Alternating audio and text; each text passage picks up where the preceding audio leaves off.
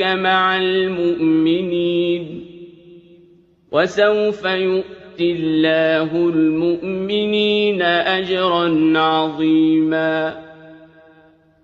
ما يفعل الله بعذابكم إن شكرتم وآمنتم